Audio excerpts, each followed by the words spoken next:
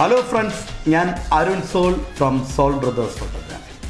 ഞാൻ നിങ്ങളോടൊരു കാര്യം പറയാനാണ് വന്നത്. കാര്യം എന്ന് പറഞ്ഞാൽ ഒരു സംഭവം.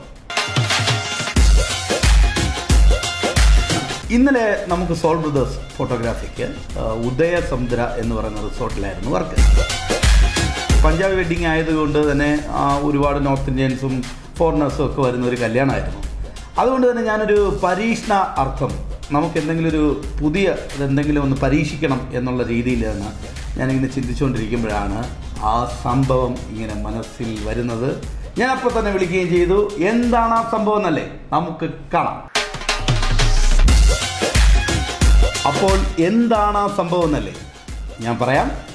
നമ്മൾ മീഡിയം ഫോർമാറ്റ് ക്യാമറ നമ്മൾ കേട്ടിട്ടുണ്ട്, പക്ഷേ ഞാൻ ഇതുവരെയായിട്ട് കണ്ടിട്ടില്ലായിരുന്നു കേട്ടോ. മീഡിയം ഫോർമാറ്റ് ക്യാമറ എന്ന് പറയുമ്പോൾ തന്നെ അറിയാലോ, 10, 15, 16 ലക്ഷം രൂപയ്ക്കുള്ള ക്യാമറകൾ. ആ ക്യാമറയിലൊന്ന് കല്യാണം ഷൂട്ട് ചെയ്യാൻ പറ്റുമോ എന്ന് നോക്കിയാലോ. അതെ, എനിക്ക് ഈ കല്യാണം ടെസ്റ്റ് ഷൂട്ട് ചെയ്യാൻ മീഡിയം ഫോർമാറ്റ് കിട്ടിയിരിക്കുകയാണ്. ഞാൻ നിങ്ങളുടെ മുന്നിൽ കാണിക്കാൻ പോകുന്നത് Fujifilm 50R GFX. ഞാൻ ഫസ്റ്റ് ടൈമാണ് മീഡിയം ഫോർമാറ്റ് ക്യാമറ കാണുന്നത്. അതുമാത്രമല്ല, ഞാനൊരു വെഡ്ഡിങ് ഷൂട്ട് ചെയ്യാൻ പോകുന്നതും ഫസ്റ്റ് ടൈമാണ്. കുറേ നാളത്തെ ആഗ്രഹമായിരുന്നു ഒരു മീഡിയം ഫോർമാറ്റ് ക്യാമറയിലൊരു വെഡ്ഡിങ് ഷൂട്ട് ചെയ്യാൻ പറ്റുമെന്ന്.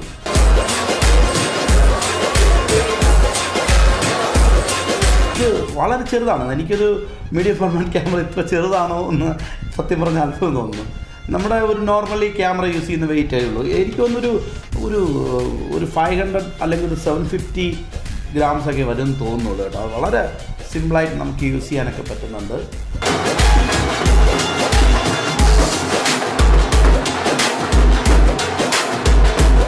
പിന്നെ ഇതിൻ്റെ സൈസ് ഇത്രയും കുറയാൻ കാരണം തന്നെ ഇതിൻ്റെ മിറർലെസ് മീഡിയം ഫോർമാറ്റ് ആയതുകൊണ്ടായിരിക്കാം. ഭയങ്കര സൈസ് വളരെ കുറവാണ്.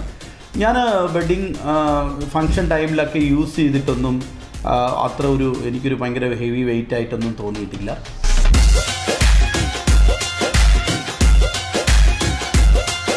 പിന്നെ എടുത്തു പറയേണ്ടത് ഒരു കാര്യം ഇതിൻ്റെ ഫോക്കസിങ് ആണ്. ഞാൻ ഫ്യൂജിയുടെ മറ്റുള്ള ക്യാമറകൾ യൂസ് ചെയ്യുന്നൊരു വ്യക്തി എന്ന നിലയിൽ തന്നെ എനിക്കങ്ങനെ അത്രയും തന്നെ മറ്റുള്ള ക്യാമറകളുടെ അത്രയും തന്നെ ഒരു ഫോക്കസിങ് സ്പീഡൊക്കെ ഇതിൽ കിട്ടുകയുണ്ടായി. പിന്നെ എനിക്ക് പെർ സെക്കൻഡ് ക്ലിക്കുകൾ വളരെ കുറവാണ്. പക്ഷേ എന്നിരുന്നാൽ പോലും നമുക്കൊരു വെഡ്ഡിങ് എടുക്കുമ്പോൾ മൊമെൻറ്റ്സ് ഒന്നും മിസ്സാവുന്നതായിട്ടൊന്നും എനിക്ക് തോന്നിയിട്ടില്ല. നല്ല മൊമെൻറ്റ്സുകൾ എനിക്കിതിൽ ക്യാപ്ചർ ചെയ്യാൻ പറ്റിയിട്ടുണ്ട്. പിന്നെ സെൻസർ വലുതാകുമ്പോൾ അത്രയും ലോ ലൈറ്റ് നമുക്കിതിനകത്ത് കിട്ടുന്നുണ്ട്, അത്രയും ഡെപ്ത് ഓഫ് ഫീൽ കിട്ടുന്നുണ്ട്.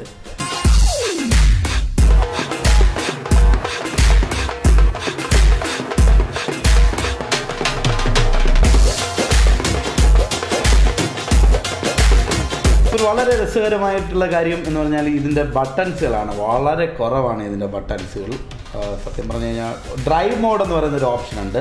അതൊരു ഭയങ്കര ഗുണമാണ്. നമുക്ക് ഡ്രൈവ് മോഡായിട്ട് യൂസ് ചെയ്യാൻ പറ്റും, വളരെ ഈസി ആയിട്ട് യൂസ് ചെയ്യാൻ പറ്റുന്നുണ്ട്. പിന്നെ ഇവിടെ ഇങ്ങനൊരു ഷട്ടർ കൺട്രോൾ ചെയ്യാൻ വേണ്ടി ഒരു ബട്ടൺ ഉണ്ട്. പിന്നെ എക്സ്പോഷർ കോമ്പൻസേഷന് വേണ്ടിയിട്ടുള്ള ഒരു ബട്ടണാണെന്ന് തോന്നുന്നു. അടുത്തത് ഞാനിപ്പോൾ യൂസ് ചെയ്തേ ഉള്ളൂ. ഒരു മെനു ബട്ടൺ ഇവിടെ ഉണ്ട്. വളരെ കുറച്ച് ബട്ടൺസേ ഉള്ളൂ. എനിക്ക് തോന്നുന്നു ഒരു ഒറ്റ കൈയിലൊക്കെ തന്നെ നമുക്ക് ഷൂട്ട് ചെയ്യാൻ പറ്റുന്ന രീതിയിലുള്ള ഒരു ഓൺ സൈഡൊക്കെയാണ് ഇതിൻ്റെ ബട്ടൺ എല്ലാം വന്നിരിക്കുന്നത്.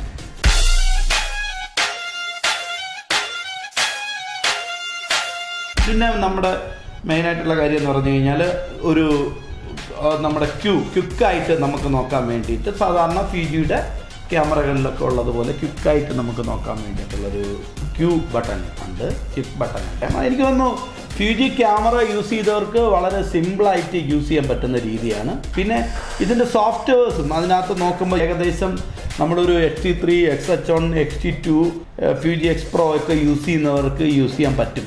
എന്ന് വെച്ച് കഴിഞ്ഞാൽ ഏകദേശം സെയിം ടു സെയിം തന്നെയാണ് പറയാം. ചെറിയ ഓപ്ഷൻ വ്യത്യാസങ്ങളൊക്കെ ഉള്ളൂ.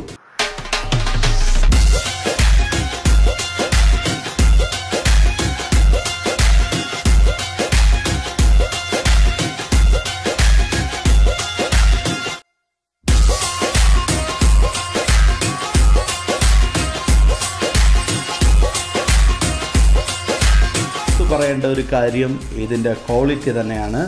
51.4 മെഗാ പിക്സൽ.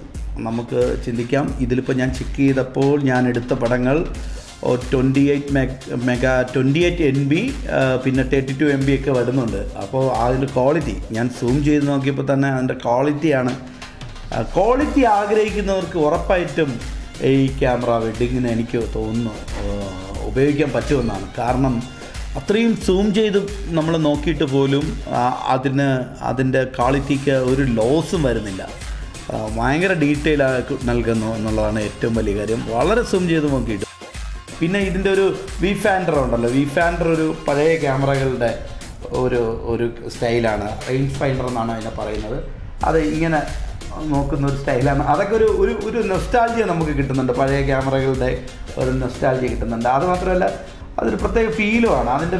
പിന്നെ V-Finder നല്ല ക്വാളിറ്റി ഉണ്ട്. അതിൻ്റെ ഡീറ്റെയിൽ അത്രയും നമുക്കതിൻ്റെ സ്പെക്സ് നോക്കുമ്പോൾ അറിയാൻ പറ്റും. എന്നാൽ ഇതിൽ കാണുമ്പോൾ ഭയങ്കര ഡീറ്റെയിലിംഗ് ആണ് നമുക്ക് കിട്ടുന്നത്. പിന്നെ ഇതിൻ്റെ പ്രോസസ്സിങ് സ്പീഡ് അത് വന്നിട്ട് X-Process Pro എന്ന് പറയുന്ന ഒരു പ്രോസസ്സറാണ് ഇതിനകത്തുള്ളത്. അതുകൊണ്ട് തന്നെ അതിൻ്റെ പ്രോസസ്സിങ് സ്പീഡൊക്കെ ഞാൻ ഏറ്റവും കൂടുതൽ എനിക്കൊരു ടെൻഷൻ ഉണ്ടായിരുന്നത് പ്രോസസ്സ് ചെയ്യാനൊക്കെ ഭയങ്കര സമയം എടുക്കുമെന്ന് വെച്ച് കഴിഞ്ഞാൽ 51 മെഗാപിക്സലുള്ള ഒരു ക്യാമറ നമ്മൾ ക്ലിക്ക് ചെയ്തിട്ട് കോപ്പി ചെയ്യാനൊക്കെ എടുക്കും, ഒരുപാട് പ്രോസസ്സ് ചെയ്യാൻ ടൈം എടുക്കുമെന്നൊക്കെ ഉള്ളൊരു ടെൻഷൻ ഉണ്ടായിരുന്നു. പക്ഷേ വെഡ്ഡിങ്ങിലൊക്കെ എനിക്ക് എല്ലാ മൊമെൻറ്റ്സും കിട്ടി.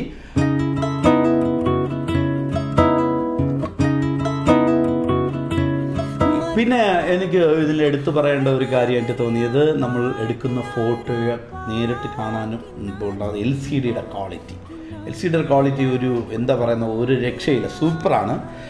2.36 mm ടച്ച് സ്ക്രീൻ ആണ് ഇതിന് വരുന്നത്. അതും LCD ആണ്. ഈ LCD നമുക്കിങ്ങനെ ടിൽറ്റ് ചെയ്യാൻ പറ്റും. ഇങ്ങനെ ടിൽറ്റ് ചെയ്യാം.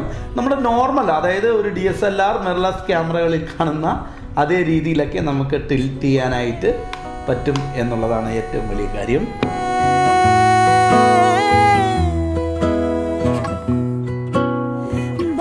സത്യം പറഞ്ഞാൽ ഞാൻ ഫ്ലാഷും ഗോഡക്സൊക്കെ കൊണ്ടുവന്ന് ഷൂട്ട് ചെയ്യണം എന്നൊക്കെയായിരുന്നു എൻ്റെ ഒരു ആഗ്രഹം.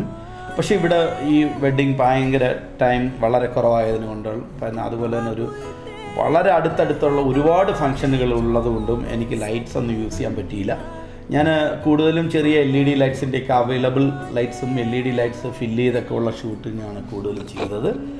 പക്ഷേ എനിക്ക് ഏറ്റവും എന്നെ അത്ഭുതപ്പെടുത്തിയത് ഞാൻ ബ്രൈഡിൻ്റെയൊക്കെ പോർട്രൈറ്റ്സും സിംഗിൾ ഷൂട്ടൊക്കെ ചെയ്തപ്പോൾ ഒരു രക്ഷയുമില്ല. അത് നിങ്ങൾ കാണണം, നിങ്ങൾ കണ്ടാലേ അത് മനസ്സിലാക്കാൻ പറ്റുള്ളൂ. പിന്നെ ഇതിൻ്റെ ഡെപ്ത് ഓഫ് ഫീല് ഒരു രക്ഷയില്ല. അത് എൻ്റെ ബൊക്കെ എനിക്ക് തോന്നുന്നു ഇതിൻ്റെ ബൊക്കയൊക്കെ വേറെ ലെവലാണ് എന്ന് വേണമെങ്കിൽ പറയാം. പിന്നെ ഇതിൽ നിന്ന് കിട്ടുന്ന ഒരു കളർ, ഫിജിയുടെ കളറിനെ കുറിച്ച് പറയണ്ടല്ലോ, അത് വേറൊരു ലെവലാണെന്ന് വേണമെങ്കിൽ പറയാം.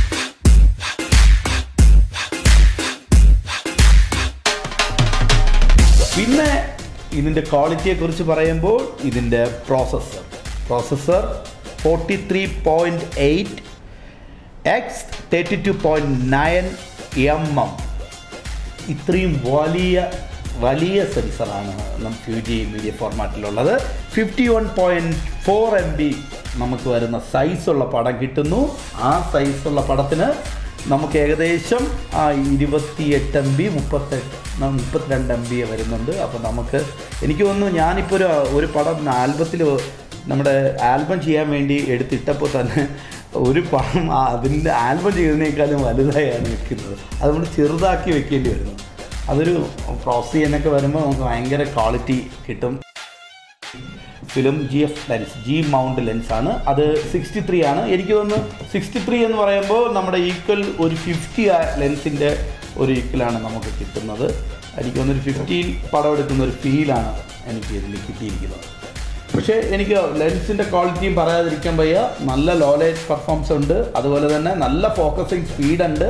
മീഡിയം ഫോർമാറ്റിൽ എല്ലാവരും പറഞ്ഞൊരു കാര്യം, ഇത് വന്നിട്ട് ഫോക്കസിങ് സ്പീഡൊക്കെ വളരെ കുറവായിരിക്കും, പ്രോസസ്സിങ് സ്പീഡൊക്കെ വളരെ കുറവായിരിക്കും, വെഡ്ഡിങ്ങിന് പറ്റൂല എന്നൊക്കെയാണ് പറഞ്ഞത്. പക്ഷേ ഞാനിപ്പോൾ ഷൂട്ട് ചെയ്തപ്പോൾ എനിക്ക് അങ്ങനെ ഭയങ്കര ഒരു കുറവായിട്ട് തോന്നിയില്ല. അപ്പം എന്നാലും നമ്മൾ പെർ സെക്കൻഡ് ക്ലിക്ക് കുറവാണെങ്കിൽ പോലും ഈ ഫോക്കസിങ് ഒക്കെ നല്ല സ്പീഡുണ്ട്, ഒരു നല്ല പെർഫോമിങ്ങും ഉണ്ട്.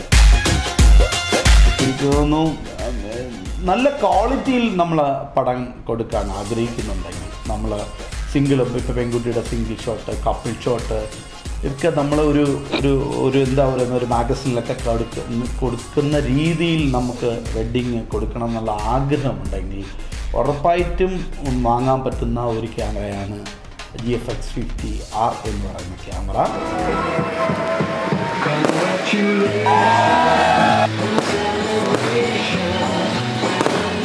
അതിനുള്ള കാരണം വേറൊന്നുമല്ല, അതെന്ന് വെച്ച് കഴിഞ്ഞാൽ വില വളരെ കുറവാണ്. എനിക്ക് തോന്നുന്നൊരു 3.5 lakhsനകത്തൊക്കെ തന്നെ വരുന്നുണ്ട്. ഇപ്പോൾ ഓഫർ ഉണ്ട്, ലെൻസിനും കൂടെയൊക്കെയുള്ള ഓഫർ ഉണ്ടെന്നാണ് പറയുന്നത്.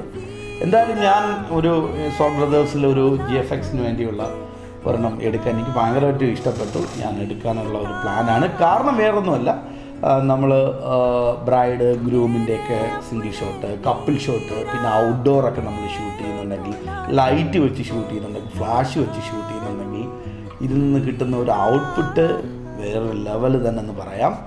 പിന്നെ നമുക്ക് അതിൻ്റെ പ്രിൻറ്റിങ് ക്വാളിറ്റി, നമ്മളിപ്പോൾ എല്ലാവരും ഉണ്ടാകുന്ന ഒരു കാര്യം എന്ന് പറഞ്ഞു കഴിഞ്ഞാൽ നമ്മൾ പ്രിൻ്റ് ചെയ്യുമ്പോൾ കിട്ടുന്നൊരു ക്വാളിറ്റി ഇതിന് വേറെ ലെവലാണ്. കാരണം ഞാൻ ഇപ്പോൾ ഇന്ന് രാവിലെ കുറച്ച് പടം ഒരു കറക്ഷനും ചെയ്യാതെ ചുമ്മാതെ ഒന്ന് പ്രിൻ്റ് ചെയ്ത് നോക്കി. അത് കണ്ടപ്പോൾ തന്നെ എനിക്കതിൻ്റെ പ്രിൻറ്റിങ് ക്വാളിറ്റി മനസ്സിലായി. ഉറപ്പായിട്ടും നിങ്ങളൊന്ന് ടെസ്റ്റ് ചെയ്ത് നോക്കുക, ഒരു ടച്ച് ആൻഡ് ട്രൈ ചെയ്ത് നോക്കണം. വളരെ വിലക്കുറവാണ്. പിന്നെ ഒരു കാര്യം എന്ന് പറഞ്ഞു കഴിഞ്ഞാൽ നമ്മൾ സ്വപ്നം കണ്ടിരുന്ന ക്യാമറയാണിത്. അതായത് മീഡിയം ഫോർമാറ്റ് എന്ന് പറയുന്ന ക്യാമറ നമ്മൾ സ്വപ്നം കണ്ടിരുന്ന ക്യാമറയാണ്. ആ ക്യാമറ ഒരു വളരെ വില കുറച്ച് നമുക്കൊക്കെ വാങ്ങാൻ പറ്റുന്ന രീതിയിലോട്ട് ഫ്യൂജി തന്നിരിക്കുകയാണ്. അപ്പോൾ ഉറപ്പായിട്ടും നിങ്ങൾ ഒന്ന് ടച്ച് ട്രൈ നോക്കുക, യൂസ് ചെയ്ത് നോക്കുക, ക്വാളിറ്റി നോക്കുക. Okay, by.